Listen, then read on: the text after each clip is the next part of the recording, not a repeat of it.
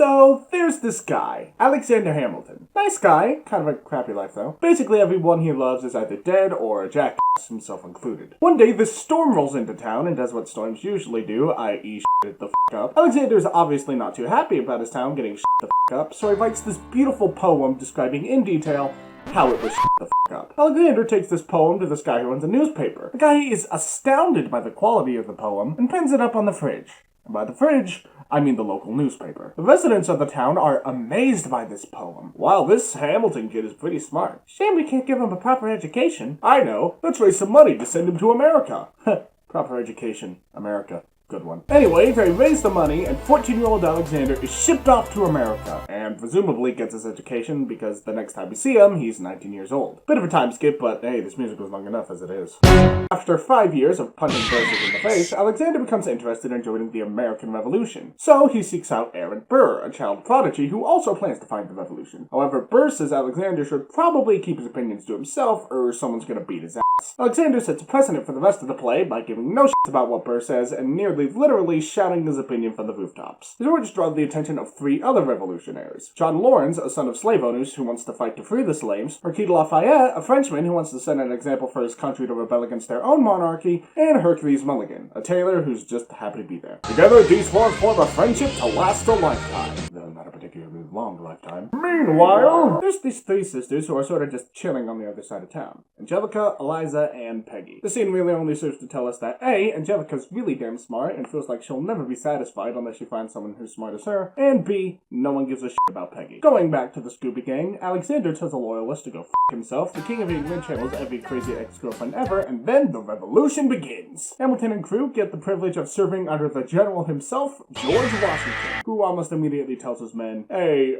so we're kinda screwed. Congress isn't really giving me enough supplies, my men keep running away, and I'm just really stressed out right now. So, if anyone wants to be my right-hand man, I'll be in my office crying into my blanket. Burr figures he has some good ideas and goes to offer them to Washington, but Washington snubs him in favor of Hamilton. So, Hamilton is Washington's right-hand man. Bam! A little while later, a wealthy patriot is throwing a ball for the American soldiers. Burr mentions that the man's daughters, or the 3 sisters I mentioned a few paragraphs ago, are the envy of all the soldiers there. Not only because they're really hot, but because they're so rich that anyone who marries them is basically set for life. Meanwhile, Angelica is crushing hard on Hamilton, especially after she has a conversation with him and finds out that he's both hot and smart, a rare combination even nowadays. As she's considering giving him a tour of the house, Eliza approaches her and is all like, gee sis, there's this super hot and smart guy, can you introduce me to him? Angelica is understandably conflicted, but in the end she puts her sister's interest before her own and introduces her to Alexander. A few weeks later, the 2 are married, and Angelica wallows in the fact that she'll never be satisfied. Later that night, Hamilton and his bros are having a completely platonic and heterosexual party in celebration of his marriage. By the way, Lawrence and Hamilton sort of have a thing throughout most of the play. I didn't really know when to mention it, so here you go. When Burr shows up to also congratulate Hamilton. This scene, much like the one with the sisters early on, really only serves to establish 2 things. A, Hamilton wants to do some actual fighting instead of just writing Washington's diary all day, and B, Burr's boning some Brit's beloved. Moving on. Alexander continues fighting for Washington and continues to get frustrated when Washington won't allow him to lead his own battalion. This reaches a fever pitch when Charles Lee is chosen to be a general instead and turns out to be a complete idiot. Washington dismisses him from the position, and Lee starts spreading rumors about Washington. Enraged by Lee's actions, but barred from doing anything about it himself by Washington, Hamilton has Lawrence challenge Lee to a duel on his behalf. Lee ends up wounded in the chest, Washington gets mad at Hamilton, and Hamilton is sent home for excessive daddy issues. When Hamilton arrives home, he finds out that Eliza is having a baby. Eliza convinces him not to go to war and leave his child without a father, much like how Hamilton didn't have a father. So Hamilton decides that he's okay living a normal life with his wife and child.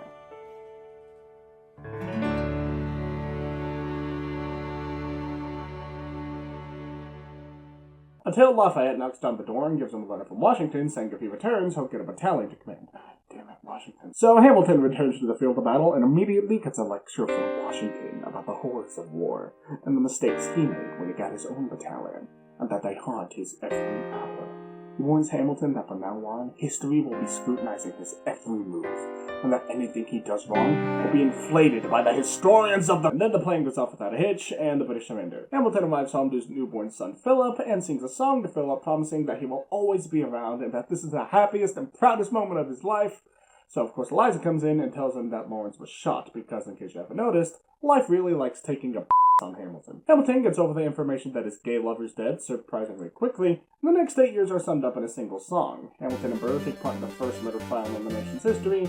Hamilton writes the Federalist Papers with the help of John Jay and James Madison, and Washington invites him to serve as the Secretary of Treasury in his cabinet, much to Eliza's annoyance. Son of a... Our story picks up 8 years later, with Thomas Jefferson, the face of the Democratic-Republican Party, returning from vacationing in France for a few years to find out that President Washington has made him the Secretary of State. When he arrives in New York for the first cabinet meeting, his friend James Madison informs him that Hamilton, who is now the head of the Federalist Party, is threatening democracy. What he's referring to is Hamilton's financial plan, which he explains during the first cabinet meeting. Basically, he wants all the states' individual debt to be absorbed into one national debt that every state pays for, even the states that have already paid off their debt. While Jefferson thinks Hamilton just wants more power, Hamilton argues that a national debt would give them an excuse to tax the people, thus giving them the money they need to do, government-y stuff. Unfortunately, during the debate, Hamilton's ego gets the better of him, and he ends up insulting Madison's failing health, which means getting congressional approval is going to be a lot harder. Back at his home, Hamilton has been keeping up a correspondence with Angelica, who now lives in London with her husband, and the two have a very odd relationship. They never outright say it, but it's clear the two still have feelings for each other. Hamilton's so caught up in his own work that he forgets that it's his son's birthday. Good job on that I'll always be around thing, buddy. Philip does a rap for Hamilton, who, despite not being too close to his son,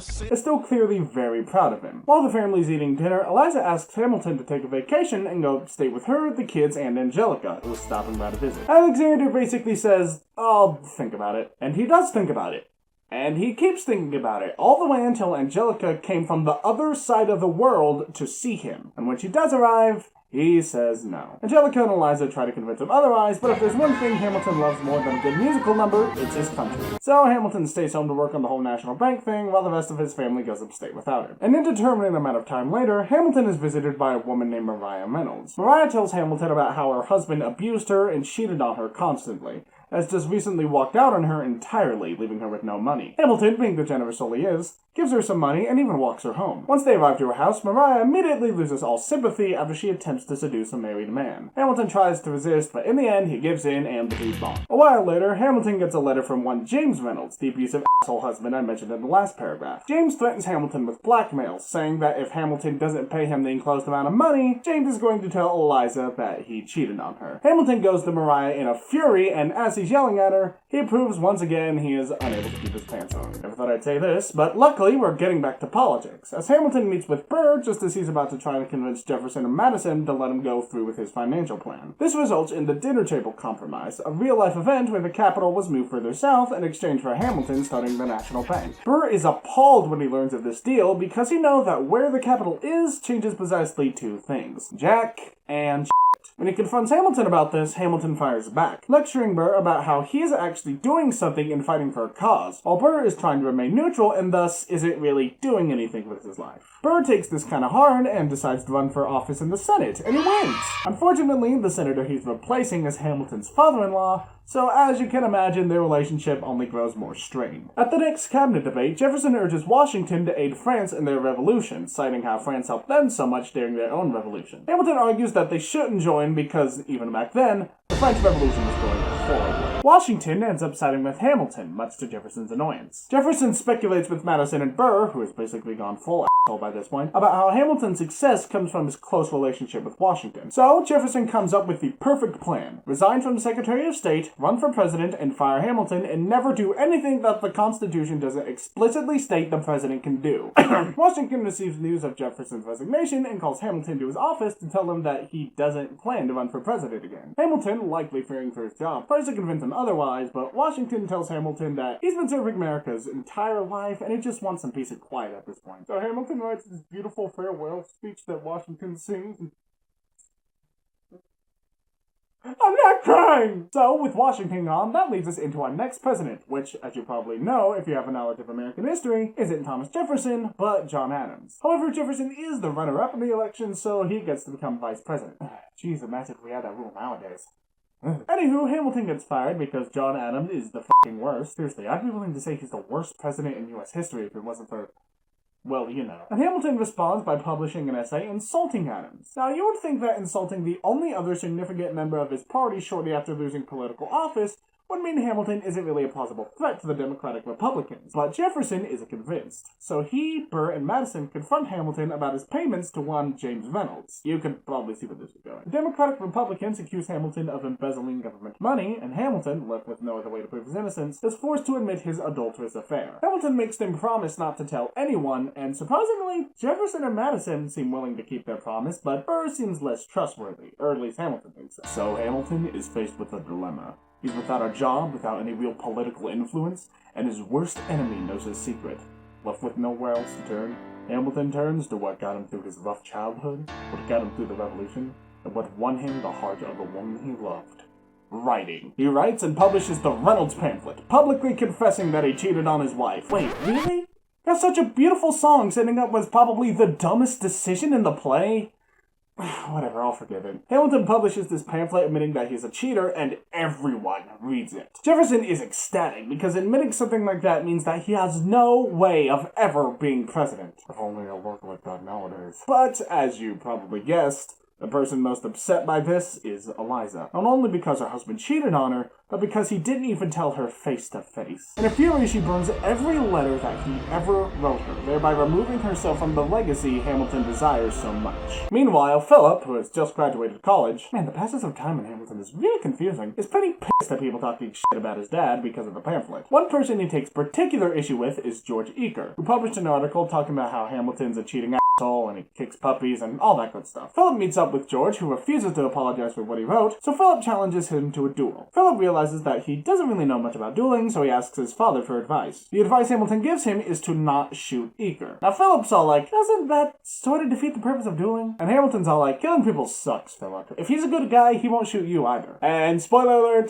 Eaker isn't a good guy. In fact, he's such a douche canoe that he shoots Philip on 7. Philip is taken to the hospital where his parents come to visit him. As they're trying to comfort him, Philip succumbs to his bullet wound and dies, leaving his parents and the audience devastated. Hamilton tries to comfort Eliza, but because she's still hurt by him cheating, she rejects his company. The Hamiltons move uptown to try and cope with Philip's death. Alexander has basically become a sad, empty husk, wandering the town and muttering to himself. He's so miserable that even the people who once hated him for being a cheater have pity on him. Hamilton eventually comes to the realization that he and Eliza trying to cope by themselves isn't going to help either of them. So he tries to convince Eliza to allow him to stay by her side so they can comfort each other. She doesn't say yes, but she also doesn't say no. So she and Hamilton go for a walk, with Hamilton respectfully keeping his distance. At the end of the walk, Hamilton and Eliza enter the garden. Eliza takes Hamilton's hand and... I'm not f***ing crying! While all this stuff is happening, John Adams has been passing the Alien and Sedition Acts and getting in a fight with France and generally being the f***ing worst. He's been such a bad president that when the election of 1800 rolls around, basically everyone agrees he doesn't have a chance of serving the second term, even the other members of his party. So basically, the election comes down to 2 Democratic Republicans, Thomas Jefferson and Aaron Burr. Naturally, Hamilton, who's slightly less depressed than he was before, doesn't really like the fact that 2 people who hate him are running for president. But considering the election ended in a tie 30 times, and most Federalists are asking Hamilton for his opinion, he has to choose at some point. After considering these 2 equally shitty options, Hamilton ends up voting for Jefferson because, while he disagrees with his beliefs, Jefferson at least has beliefs, while Burr wants to be president just to be president. Now, as you can imagine, Burr's getting pretty pissed right now. So he airs his grievances to Hamilton in the only way he knows how.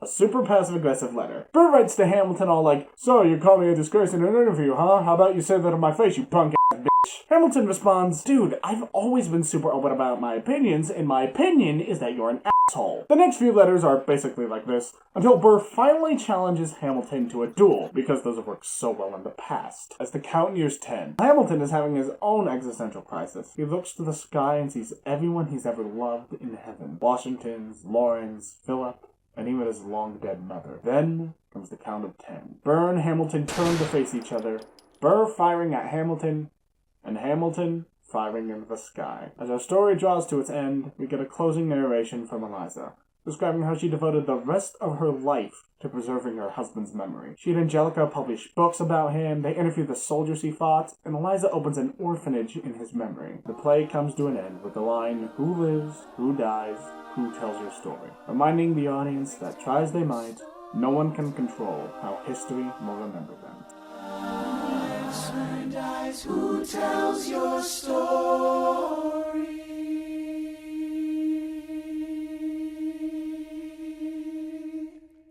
So, yeah, that was basically Hamilton.